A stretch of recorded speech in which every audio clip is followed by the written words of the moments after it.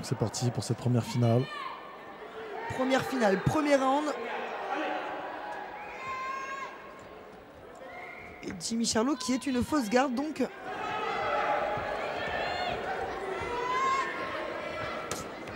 Ça s'observe, mais bon en général ça commence, ça démarre assez vite hein, les combats en boxe française. On va prendre l'ascendant dès la première reprise. Et attention aux accrochages.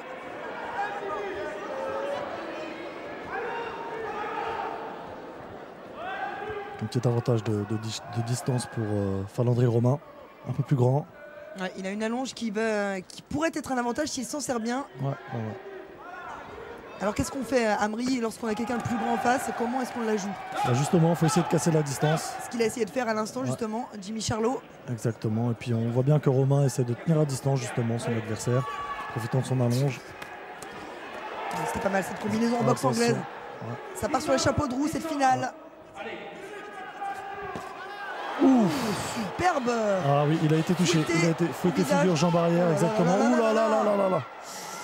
Oh que c'est dur. Ouais. Oh il titube là, il est KO. Ça. Ouais. Je pense que ça va être très dur de repartir là.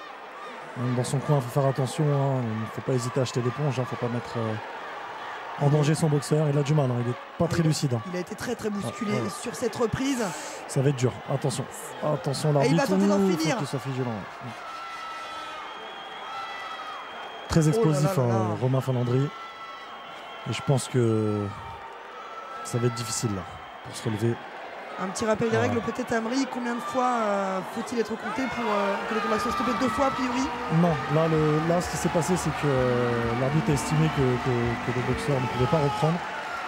Il n'était pas assez lucide. Et donc il a compté 10. Donc là c'est un KO. C'est un KO net hein, je dirais. Sinon, dans le combat, si on est compté 3 fois, au bout du 3e compte, le combat s'arrête. Eh bien, en tout cas, Falandri Romain s'est imposé par la plus belle des manières. Il a mis tout le monde d'accord ce soir. Ouais, très belle victoire, très beau KO. C'est expéditif hein, au premier round. Hein. Donc, il a commencé par un fauteuil jambe arrière, un fauteuil figure jambe arrière qui a littéralement électrocuté son adversaire. Et donc, il a fini par un beau crochet gauche. Et la joie du clan Falandri. Ouais, exactement, du Toulouse Multibox. Superbe première finale, c'est une bonne entrée en matière pour cette soirée organisée par la Fédération française de boxe française. Exactement. C'est une très belle organisation en général. On pourrait avoir boxé plusieurs fois, pour y avoir été en tant que spectateur également. C'est vraiment un événement. Un très bel événement. Et il y a toujours du public en boxe française, c'est vraiment une particularité, ce qu'on ne retrouve pas forcément dans toutes les autres boxes.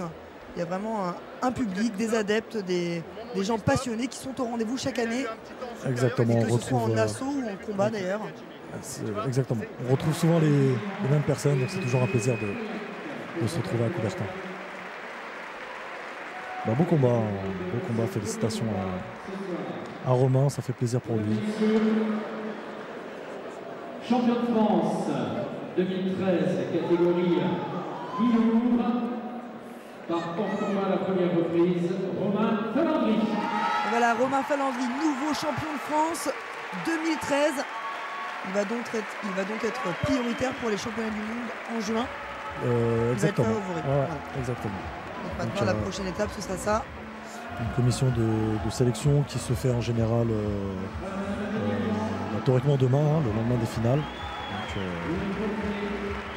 les boxeurs sont sélectionnés pour les championnats du monde. Et donc en général, le champion français